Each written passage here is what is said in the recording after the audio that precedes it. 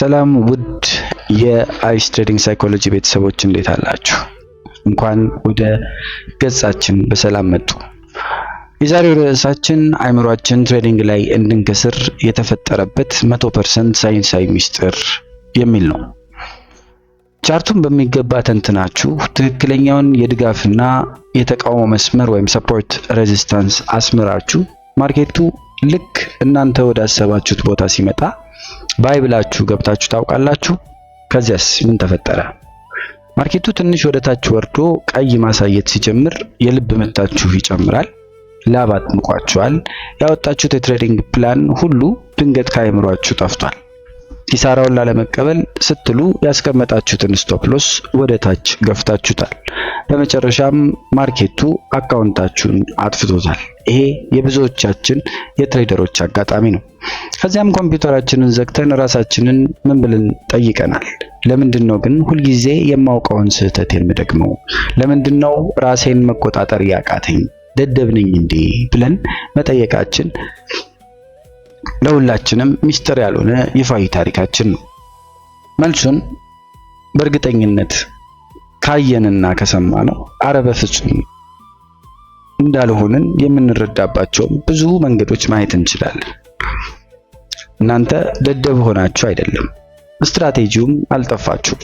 ትልቁ ሳይንሳዊ እውነት የሰው ልጅ አእምሮ የተፈጠረው ፋይናንሻል ማርኬት ላይ ትሬድ አድርጎ ገንዘብ እንዲሰራ ሳይሆን በዱር ውስጥ አውሬን ሸሽቶ ህይወቱን እንዲያተርፍ ወይም ሰርቫይቫል ሞድ ላይ እንዲሆን።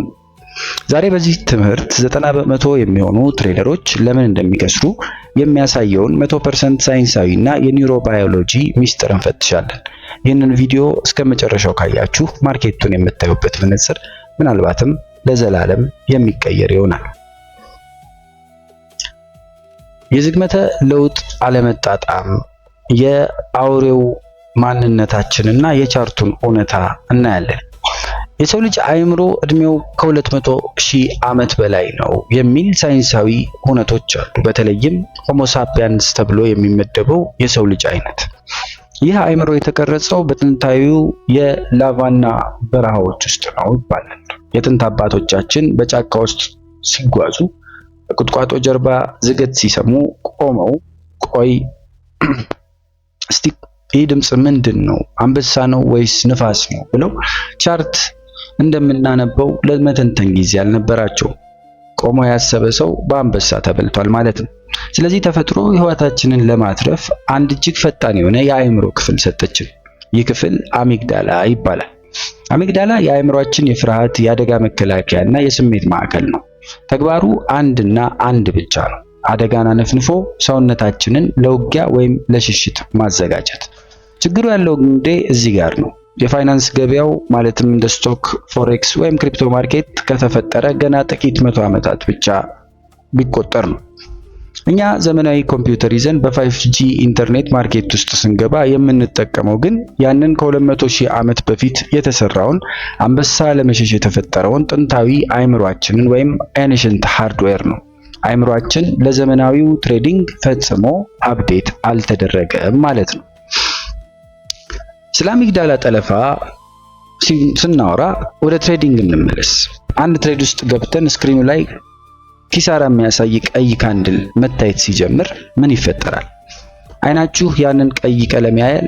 የአይን ነርቮች መረጃውን በቀጥታ ወደ አእምሯችሁ ይልካሉ። አእምሯችሁ ውስጥ ያለው አሚግዳላ ዩሮኤስዲ ምንድነው፣ ስቶፕ ሎስ ምንድነው ብሎ አያውቅም። አሚግዳላ የሚያውቀው የምንወደው ነገር ወይም ገንዘባችን እየጠፋ ነው፣ አደጋ ላይ ነን የሚለውን ብቻ ነው። በዚህ ቅጽበት አሚግዳላ ልክ አንበሳ ፊት ለፊት እንዳየ ሰው በደማችሁ ውስጥ ኮርቲሶል እና አድሬናሊን የተባሉትን የጭንቀት ኬሚካሎች ይረጫል። የልብ ምታችሁ ይጨምራል፣ ትንፋሻችሁ ይፈጥናል። በአእምሯችን ፊት ለፊት ፕሪፍሮንታል ኮርቴክስ የሚባል የሎጂክ የሂሳብና የእቅድ ማዕከል አለ። ትሬዲንግ ፕላን ያወጣችሁት፣ ቻርቱን የሳላችሁት በዚህ ክፍል ነው። ነገር ግን አሚግዳላ አደጋ ወይም ኪሳራውን ሲያውጅ ወደዚህ የሎጂካል ክፍል የሚሄደውን ደም ሙሉ ለሙሉ ዘግቶታል። ይህ በሳይንስ አሚግዳላ ሃይጃክ ወይም የአሚግዳላ ጠለፋ ይባላል። በዚህ ሰዓት እናንተ ፕሮፌሽናል ትሬደር አይደላችሁም። ሎጂክ አይሰራም፣ ምክንያታዊነት የለም። እናንተ በጫካ ውስጥ ህይወቱን ለማትረፍ እንደሚታገል አውሬ ሆናችኋል። ለዚህ ነው ትሬድ ውስጥ ስትገቡ ያወጣችሁት ፕላን በሙሉ የሚረሳችሁና የማይመስል የጅል ስህተት ስትሰሩ የምትገኙት። የዱር እንስሳው 3 ህጎች በትሬዲንጉ ላይ አለ። ፋይት፣ ፍላይት፣ ፍሪዝ። አሚግዳላ ሲነቃ 3 ጥንታዊ ምላሾቻችን እንዲሰጡ ያስገድደናል። አንደኛው ፋይት ወይም መዋጋት። ወደ ትሬዲንጉ ስንመልሰው ደግሞ የበቀል ትሬዲንግ። አንድ ትሬድ ስቶፕ ሎስ መጥቶ ሲያወጣን አሚግዳላ ይህንን ሽንፈትና ስድብ አድርጎ ይቆጥሯል። አይምሯችን ማርኬቱን እንደ ጠላት ያየውና አንተ ማንህና ነው የኔን ገንዘብ የምትወስደው? አሁን መልሼ ያሳያለሁ ብሎ ጦርነት ያውጃል። የጠፋውን ገንዘብ በፍጥነት ለማስፈንለስ ሎት ሳይዝ በእጥፍ አሳድጋችሁ ያለምንም ትንታኔ ማርኬት ውስጥ ትዘላላችሁ። ማርኬቱን በጉልበት ለማሸነፍ ትሞክራላችሁ። መጨረሻው ግን አካውንታችሁ ዜሮ መግባት ይሆናል። ሁለተኛው ፍላይት ወይም መሸሽ፣ ትርፍን ቶሎ የመዝጋት አባዜ ወይም ክሎዚንግ ዊነርስ ቱ ኤርሊ የምንለው ነው። ትሬዳችሁ ወደ ትርፍ ሄዶ አረንጓዴ ሆነ እንብል፣ $50 እያተረፋችሁ ነው። ትሬዲንግ ፕላናችሁ 150 ሲደርስ ዝጋ ይላል። ነገር ግን ማርኬቱ ትንሽ ወደ ኋላ ሲመለስና ፑልባክ ሲሰራ አሚግዳላችሁ መጮት ጀምራለች። ያገኘኸውን $50 ሊወስድብህ ነው፣ ግድ የለህም ሽሽ፣ ዝጋው ይላችኋል። በፍርሃት ትሬዱን ትዘጉታላችሁ። እናንተ ከዘጋችሁት በኋላ ማርኬቱ አቅጣጫውን ይዞ የፈለጋችሁት መጀመሪያ ያያችሁት የ150 USD ቴክ ፕሮፊት ነጥብ ላይ ይደርሳል። አይምሯችሁ የተረጋገጠውን ትንሽ ነገር ወይም ሰርቫይቫልን መርጦ ትልቁን እድል አሳጣችሁ ማለት ነው። ሶስተኛው ፍሪዝ ወይም መደንዘዝ ሲሆን ኪሳራን አቅፎ የመቆየት ወይም ሆልዲንግ ሉዘርስ የምንለው ነው። ትሬዳችሁ ከስሮ ስቶፕ ሎስ አጠገብ ደረሰ እንበል፣ መዘጋት አለበት። ነገር ግን አሚግዳላ ኪሳራን ወይም የኪሳራውን ህመም መቀበል ስለማይችል ያደነዝዛችኋል። ቆይ ይመለስ ይሆናል፣ አንዲት ካንድል ልጠብቅ እያላችሁ ኪሳራው እየሰፋ አካውንታችሁ ብሎ እስከሚያደርግ ድረስ እያያችሁት ዝም ትላላችሁ። በመቀጠል የምናየው የህመሙን ሚዛን ሎስ አቨርዥን። በስነ ልቦና ሳይንስ ሎስ አቨርዥን ወይም የማጣት ፍርሃት የሚባል ትልቅ ህግ አለ። የሰው ልጅ $100 ሲያገኝ ከሚደሰተው ደስታ ይልቅ $100 ሲያጣ የሚሰማው አካላዊና ስነ ልቦናዊ ህመም በእጥፍ ይበልጣል ይለናል። አይምሯችን ኪሳራን ለማስወገድ ወይም ፔን አቮይደንስን ለመፍጠር እንዲሁ በተፈጥሮ የተሰራ ስሪት ነው። ኪሳራን በእጃችን መቁረጥ ወይም ክሊኪንግ ሴል ኦን ኤ ሎስ አይምሯችን ውስጥ ልክ እጃችንን በእሳት እንደማቃጠል አይነት የህመም ስሜት ወይም ፊዚካል ፔን ይፈጥርበታል።